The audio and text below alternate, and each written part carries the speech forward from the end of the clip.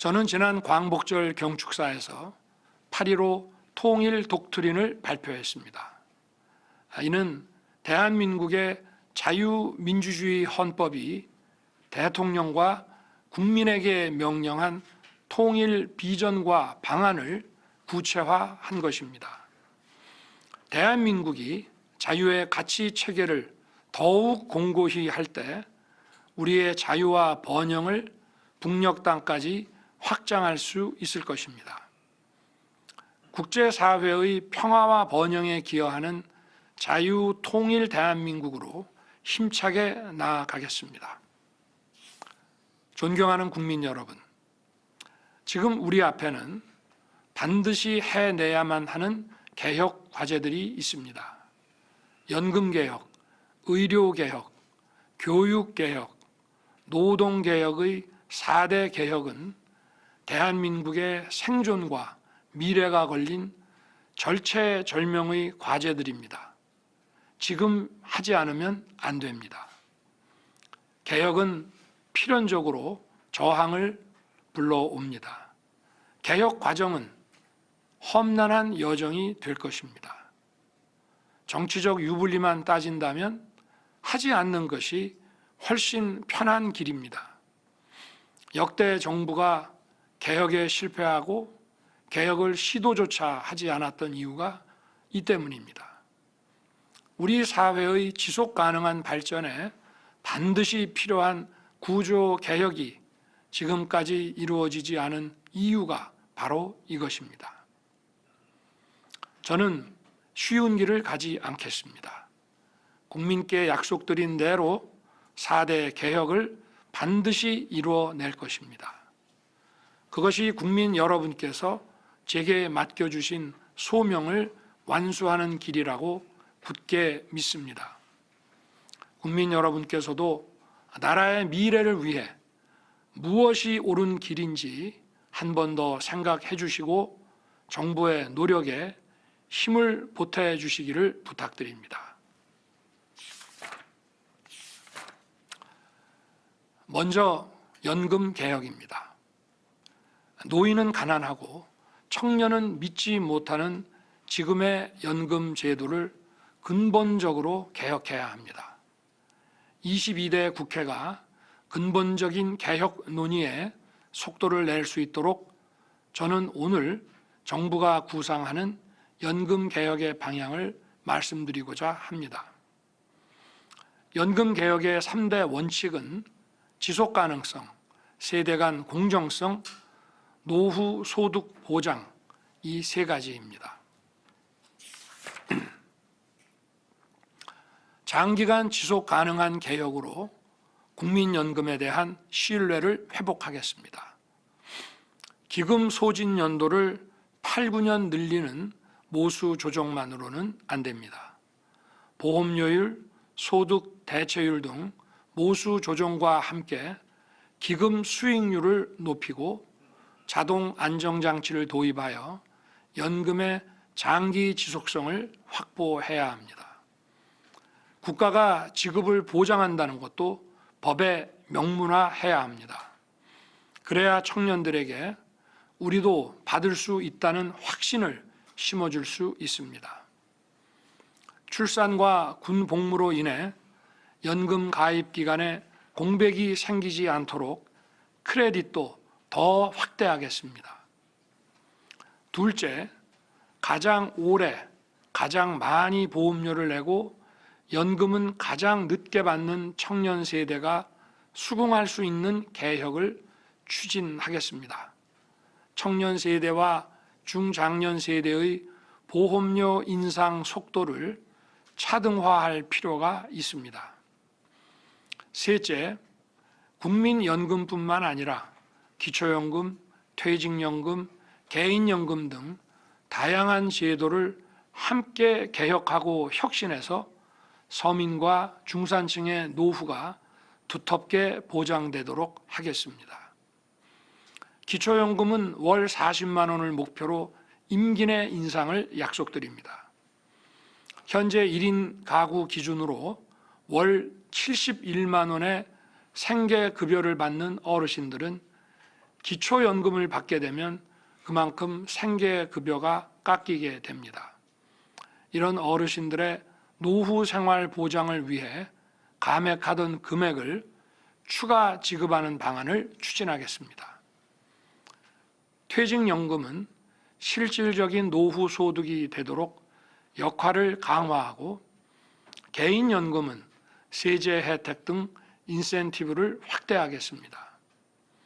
정부는 이른 시일 내에 이 세 가지 원칙에 기초한 구체적인 개혁안을 국민 여러분께 발표하겠습니다. 연금 개혁은 법률 개정으로 완성되는 만큼 국회도 논의 구조를 조속히 마련해 주시기를 부탁드립니다. 지역 필수 의료 체계를 강화하는 의료 개혁은 국민의 생명권과 건강권을 지역의 차별 없이 공정하게 보장하기 위한 개혁입니다. 이제 의대 증원이 마무리된 만큼 개혁의 본질인 지역 필수 의료 살리기에 정책 역량을 집중하겠습니다. 먼저 의사 확충과 함께 교육 수련 선진화에 만전을 기하겠습니다. 2025학년도 의대 신입생 모집은 현재 차질 없이 진행되고 있습니다. 앞으로 의학교육 선진화 방안, 전공의 수련체계 혁신 방안 등을 통해 좋은 의사가 많이 배출되도록 하겠습니다.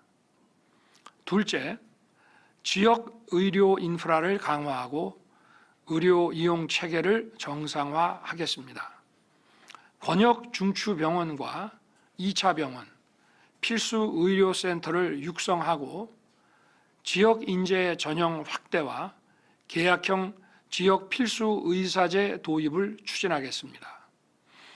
전공의에 과도하게 의존해 왔던 상급 종합병원 구조를 전환해서 전문의, 진료 지원 간호사가 의료 서비스의 중심이 되도록 바꿔 나가겠습니다.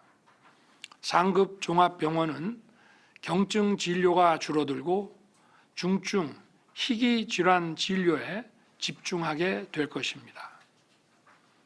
셋째, 공정한 보상 체계를 확립하겠습니다.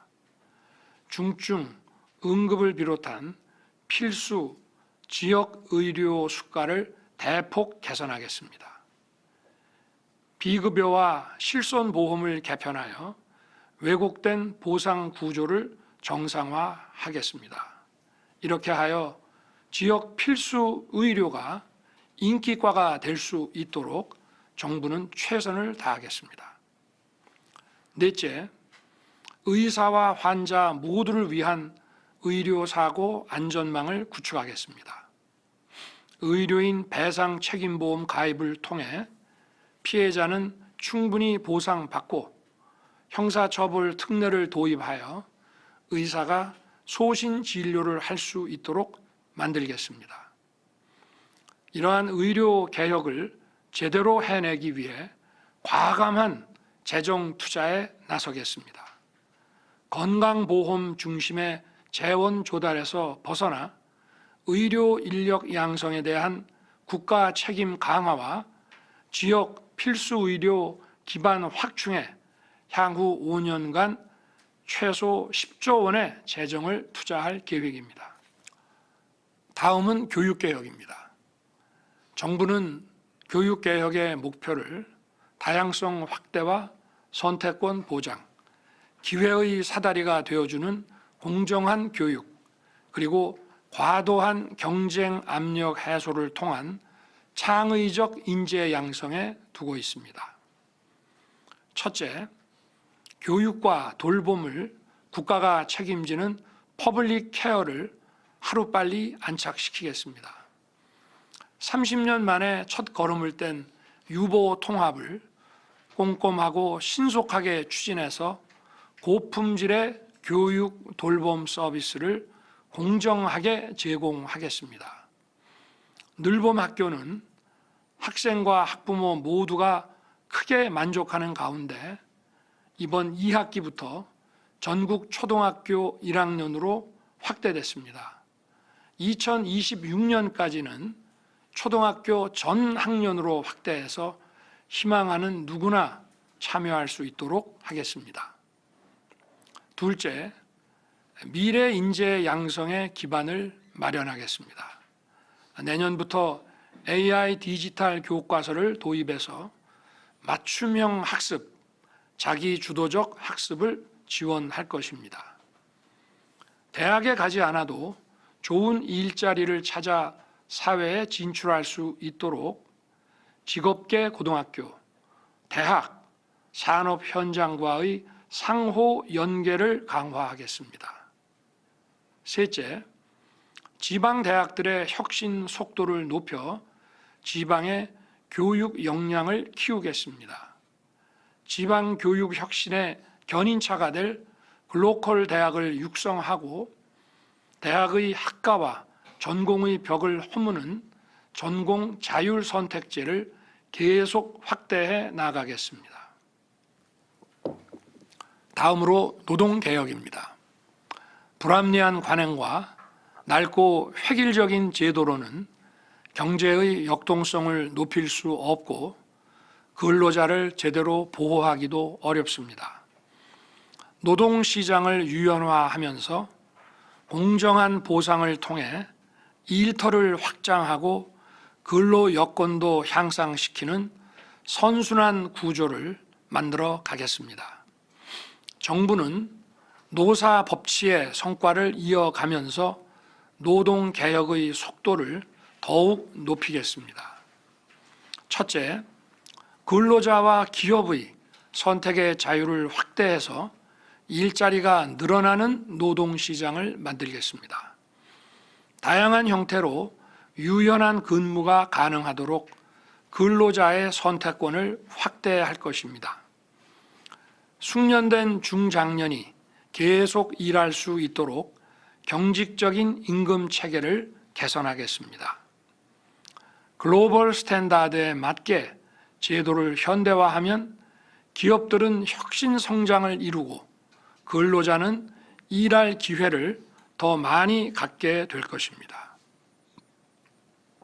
둘째, 일한 만큼 정당한 보상을 받는 공정한 노동시장을 만들겠습니다.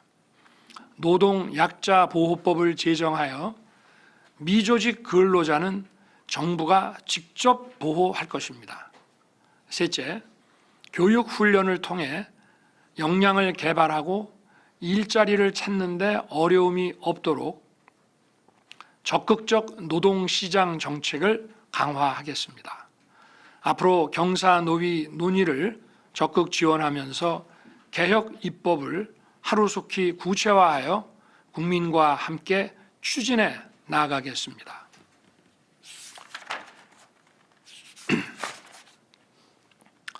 마지막으로 저출생 위기 극복을 위한 정부의 계획을 말씀드리겠습니다. 저는 지난 6월 19일 인구 비상사태를 선포하고 양립, 양육, 주거의 3대 핵심 분야 151개 대응 과제를 발표했습니다. 이를 뒷받침할 추진 체계로 7월 11일 인구전략기획부 설치 법안을 발의했고 7월 25일에는 대통령실에 저출생 수석실을 신설했습니다. 지금 우리 청년들은 결혼과 출산을 생각할 여유가 없다고 얘기합니다. 청년들이 당장 원하는 2일 가정 양립을 안착시키고 양육과 주거 부담을 완화해서 청년들에게 출산과 결혼을 꿈꿀 수 있는 여유를 되찾아 드리겠습니다. 앞으로 저출생 수석실을 중심으로 그동안 효과가 없었던 대책들을 원점에서 재검토하고 수혜자의 선택권, 정책 체감도, 지속 가능성을 감안하여 사업을 재설계하겠습니다. 중장기적으로는 4대 개혁과 같이 경제, 사회 구조를 전면 개편해야 합니다. 인구 문제 전문가들은 불필요한 과잉 경쟁 문화가 인구 절벽의 핵심 원인이라는데 의견을 같이 하고 있습니다. 우리나라의 경우는 결국 수도권 집중을 해소하는 지역 균형 발전이 인구 문제의 근본적인 해결책이라고 합니다. 지역 균형 발전의 핵심 요건은 결국 사람과 기업이 지역으로 오게 하는 것이고 그 키는 바로 정주 여건입니다. 정주 여건에서 가장 중요한 것은 바로 교육과 의료입니다.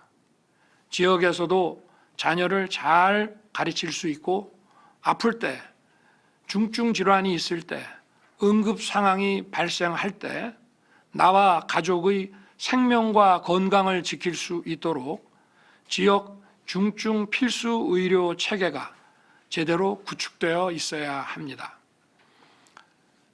결국 저출생과 인구 위기 극복은 우리가 추진하는 개혁 과제와 밀접하게 맞물려 있는 것입니다. 인구 위기 대응 전략은 교육, 의료, 고용, 주거, 복지를 비롯하여 다방면에 연계된 과제들이기 때문에 이를 종합적으로 조정하기 위한 컨트롤 타워 인구전략기획부가 조속히 출범해야 합니다. 9월에 범부처 합동으로 인구전략기획부 설립 추진단을 발족시켜 조직, 인사, 예산 등 관련 제반 사항을 철저히 준비하겠습니다. 관련 법이 조속히 통과될 수 있도록 국회의 협조를 당부드립니다. 존경하는 국민 여러분, 지난 8월 초 휴가 기간 동안 지역의 시장을 찾아보고 군의 안보 상황을 살피면서 대통령으로서 정말 감사한 마음이 절로 솟아났습니다. 찌는 듯한 무더위에도 생업을 지키며 하루하루를 열심히 살고 계신 국민들, 국민의 생명과 안전을 지키기 위해 헌신하고 있는 제복 입은 영웅들, 여러분에게 보답하는 길이 무엇인지 매일같이 새기며 더 열심히 뛰고 또 뛰겠습니다. 감사합니다.